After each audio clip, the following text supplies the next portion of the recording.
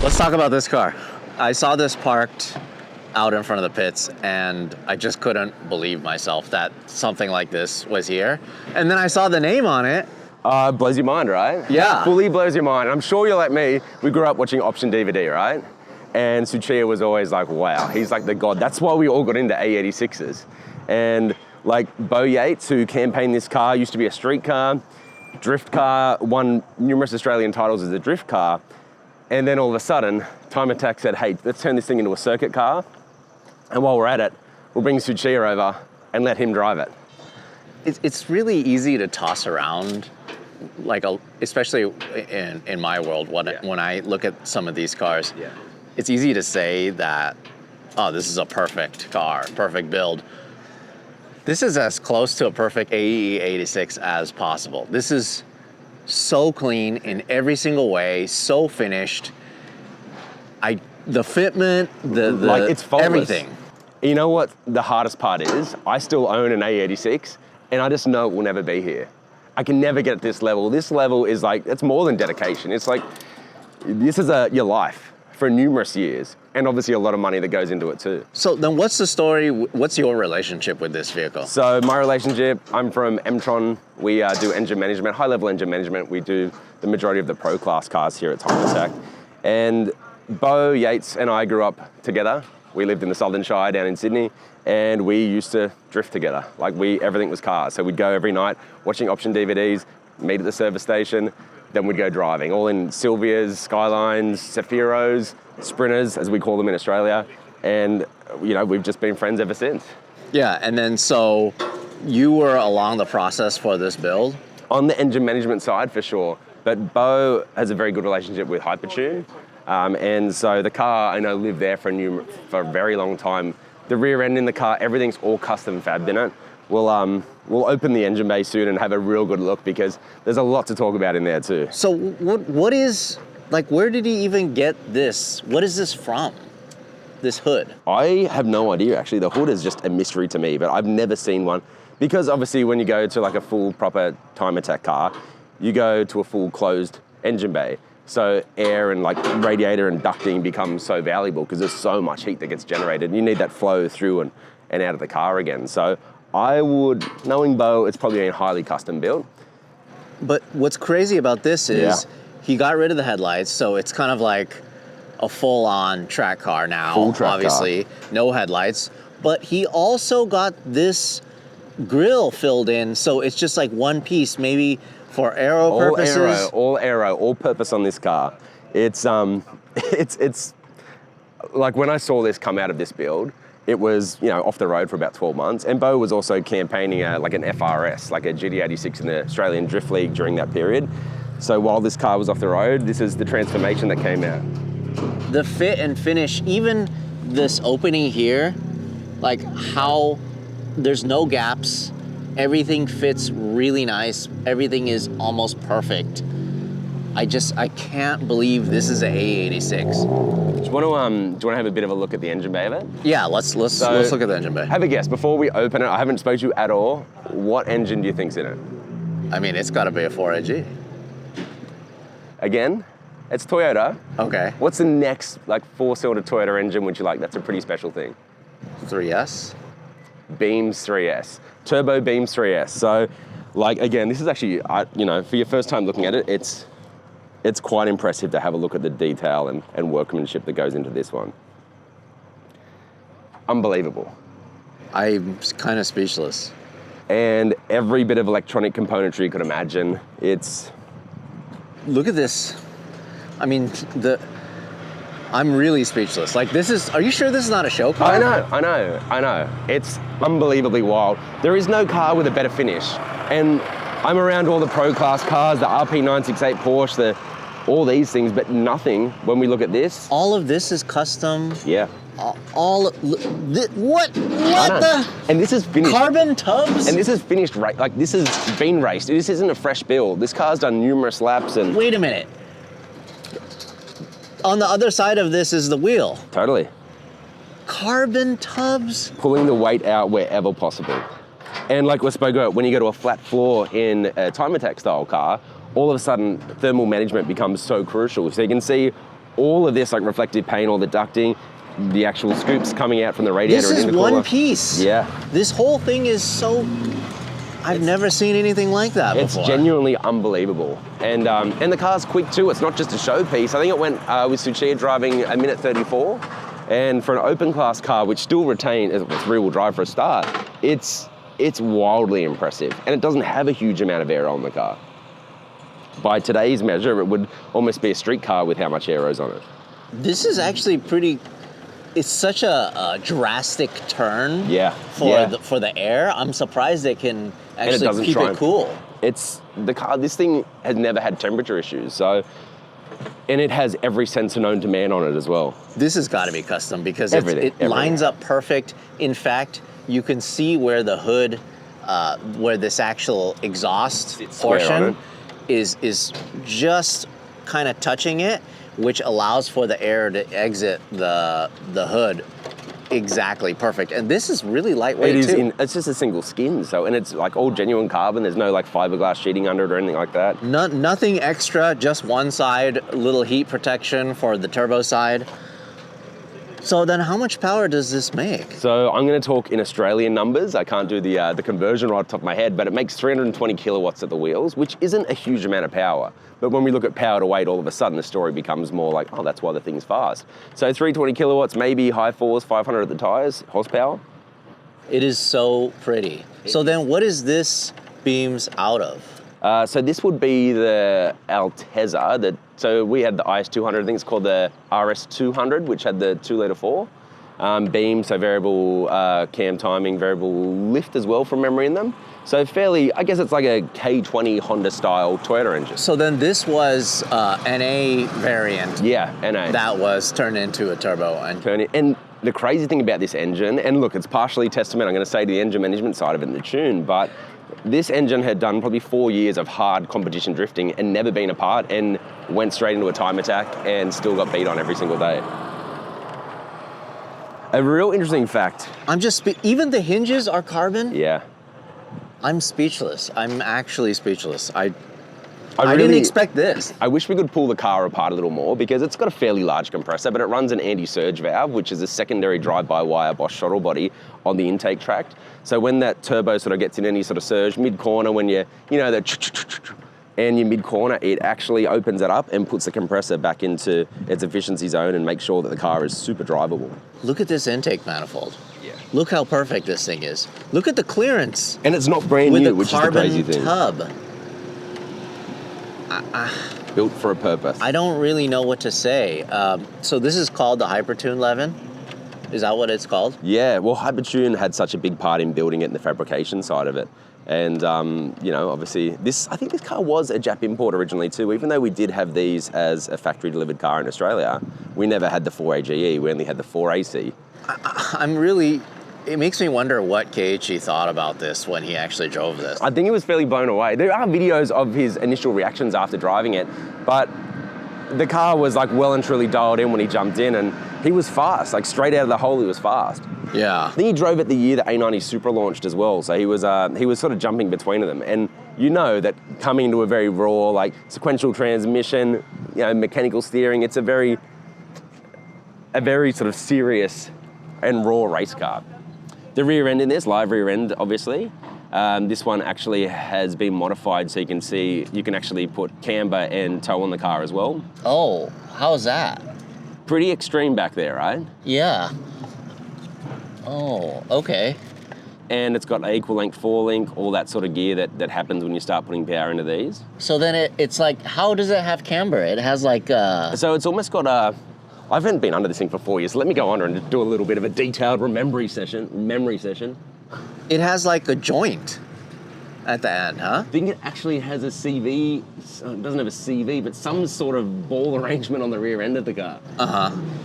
And that allows it to have a little bit of camber. I can't remember, but it was definitely the rear end is pretty spectacular thing, so it's so I'm going to come clean. back to you on that, and we might have to do an edit in the comments of that section. But everything... Like even the titanium exhaust is titanium exhaust, really clean. On the underneath, it doesn't look like it's raced a day in its life. Oh, totally. But it's so clean. There's no other way to put it. I cannot believe that this exists. And, you know, I've always been a massive fan. Like the tail lights in an AE86 is always, you know, do you like the red lines, the white lines, the European ones? But for me, the white lines are just so perfectly 80s. It's just so subtle too, like I guess the cutout on the bumper car. was cut. Like on all the of wing. this mounted to the chassis. Yeah, straight down. Does this open still? I'd love to pull it over for you, but I just can't remember. This literally is the Wait, first time I've seen the car in this 12 months. So all dry sumps, Look at obviously that. that's all the lines running back there. What is that? The dry sump kit for it. No, but there's like this crazy design. Oh, like that's this the box. equal fall link for the rear end. They had Yeah. to cut in that much to Yeah, create yeah. that. They may have lengthened the lower arm as well, but it's but that's how you get the traction out of these things. Even the door. Yeah. I can't believe how perfect this carbon work is. It's so lightweight. Love the Lexan window. It's just done perfect. It is perfect. It's the perfect AE86. It's hard to say, but it is. I mean, there's really no other way to put it. No way. I really wish I did have Bo here to like really jump If this in. was like a money no object build, which it seems like it is, I mean, this is what somebody would do, but I wouldn't even know where to begin in terms of the know-how to do any of this. Like, look at this.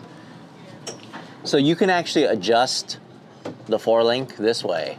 There's like adjustment And for it. it's kind of cool as well, the braking side of it. So it actually runs Bosch Motorsports ABS, so a wheel speed on each side of the car with the adjustable dial there for how aggressive you want it. So that does the actual ABS side of the car. And it also does VSC if the car tries to step out of shape. It'll brake wheels to keep it square.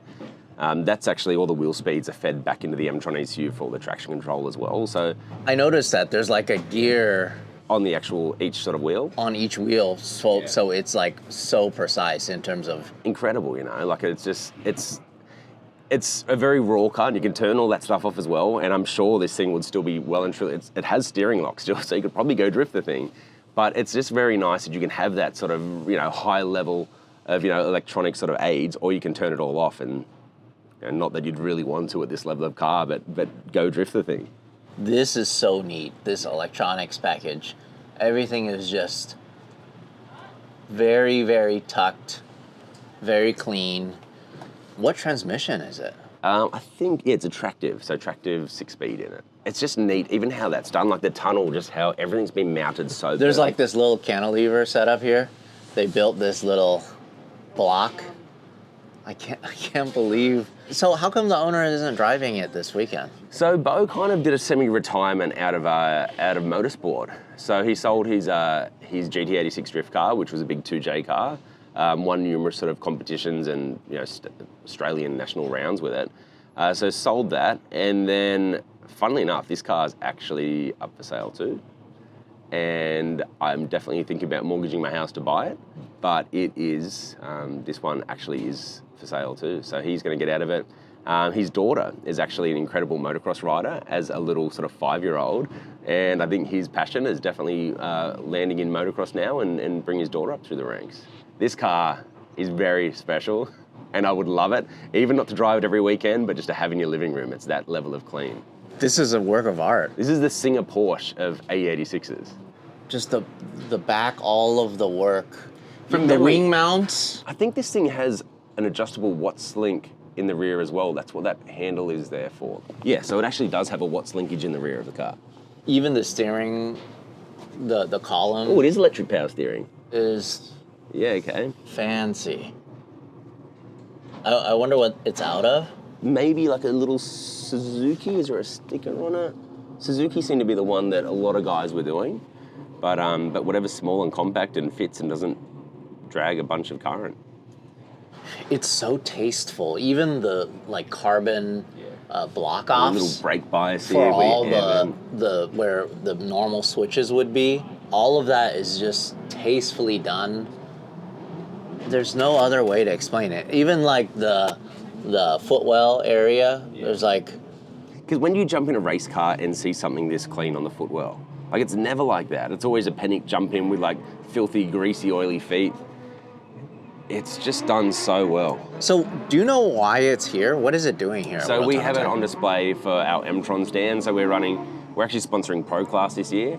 And this car, obviously Bo being a good friend and his relationship with our ECU company, and just, I love the thing. You know, at the end of the day, I only want to have the cars on display that I passionately love. And this car is, you know, I've known it for so long. I wanted to represent our brand, and it's just such a great, you know, just a great thing. Have you had a chance to drive this? Not in this, when it was a drift car, for sure. When it was still a street drift car, for sure. It was, before this 3SGE, it was actually a 20 valve turbo. And it was still an absolute animal back then. And before that, like, I think it was a blacktop 20 valve naturally aspirated, and I'm sure there's been 16 valve variants as well, but we've definitely, definitely been through a few engine swaps in this thing. What really surprises me is how the care that goes into the fact that even though it's a race car, it still has all this rubber. Yeah, the niceties. You know, how nice it is, how clean it's all. It seems like maybe he used new old stock or some reproduction. Yeah. I think for a while there, he had probably 3 or 4 cars sitting there, which were just always sort of, you know, almost parts cars. And this makes me sick. There's no other way to say it. I love these cars, you know. I love AE86s. I love them. I love the livery too. The livery is great. Yeah. Well, it was a factory Toyota sponsored car for a while. That's why. Yeah. Okay. In Australia? In Australia, yeah. So this one and his drift one were both sponsored. So that's kind of, I guess, a little as to how the budget got to where it is as well. The wheel and tire combo too. Yeah. And of course the brakes. Love the T's. Whoa, so it's 16 in the front and 17 in the rear. What are we in the rear? What an interesting staggered setup. It's got a 255 in the rear. So 225 in the front. Yeah. I can't believe it was able to turn those lap times. Crazy, eh? With this setup. Yeah, light car. You know, one of the things, like some interesting facts about the time attack is like really where it all comes down to, and because we are involved in a lot of the higher end cars, it's the load, the aero load, when some of these pro cars are putting down 4 ton of downforce, all of a sudden it just becomes like power is, you can't spin the tires anymore. So I know the RP968, over 170 kilometers an hour, it can't physically spin the tires with, you know, it's 1300 horsepower. So it's really wild, the aero loads that go into these things. And even this thing being a light car, with the limited aero it has, it's probably really pushing down hard into that little front 225. We're about to get rudely interrupted, right? Totally. I think there's some sort of quad rotor running around the back. But this is a super cool event. I'm so happy you made it here. Yeah, like, no, honestly, I'm glad I had a chance to check it out. I'm glad you had a chance to show me this. I wish I was build. like more polished on the car because it is going back into the memory bank to try and pull it out. But there's not many cars that I feature that I wish I could drive. This is one. So then, are you able to start it at all? Or? Yeah. We'll start it now. Yeah, can you start it? So then how come you couldn't drive it here? I didn't know. I thought this thing had real limited steering lock on it, and like 15 degrees, and going through this quench, I'm like, it'll be quicker just to push it, but.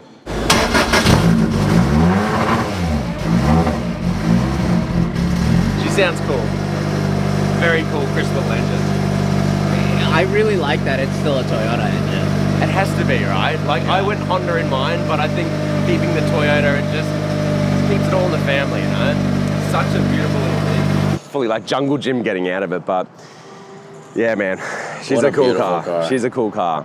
It's a shame it's been in storage for so long, but I'm hoping either Bo changes his mind and keeps it, or it goes to another owner who really pushes it, you know? The car's too beautiful just to be sitting in a garage.